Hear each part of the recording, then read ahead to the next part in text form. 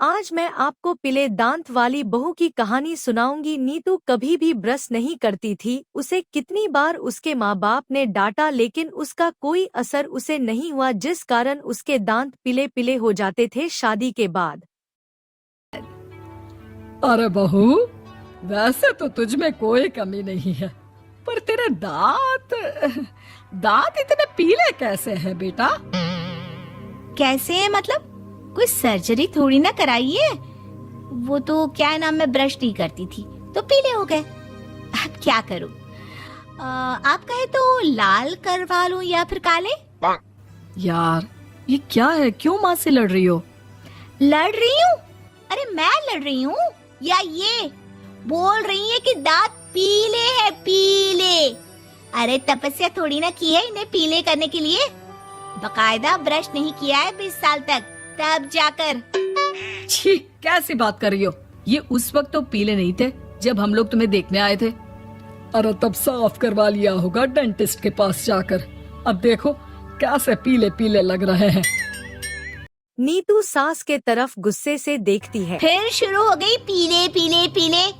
अरे पीले तो तब भी थे जब मेरे हाथ का रसगुल्ला उड़ा उड़ा कर खा रही थी और बोल रही थी, लड़की नहीं गुणों का खजाना दे रहे भाई साहब आप।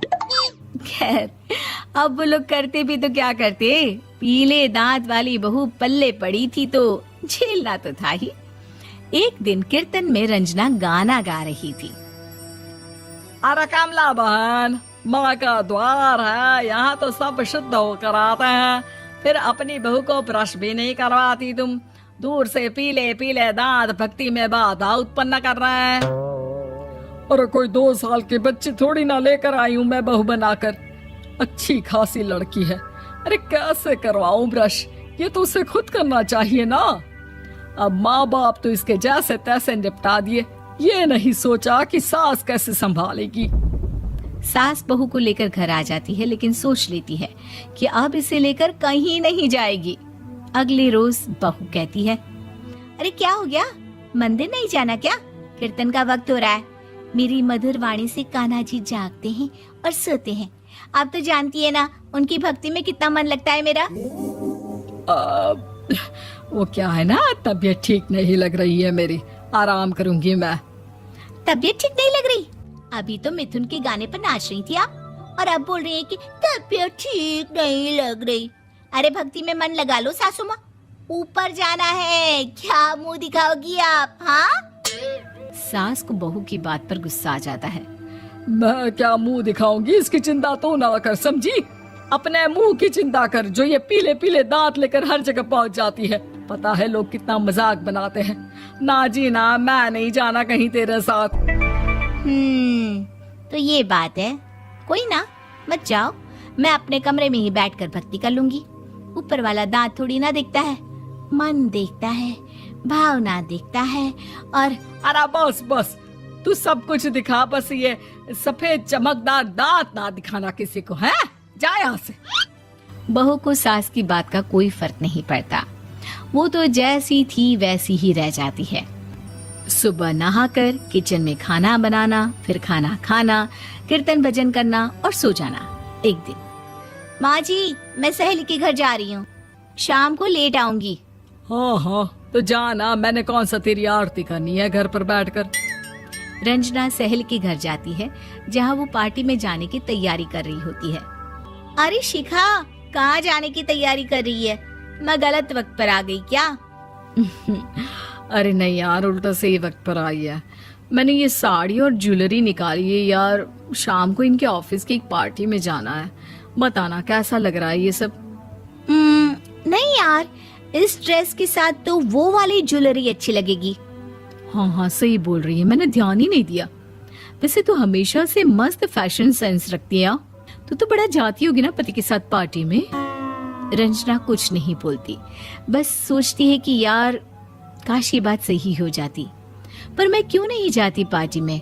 क्या इन लोगों की कोई पार्टी होती नहीं होगी?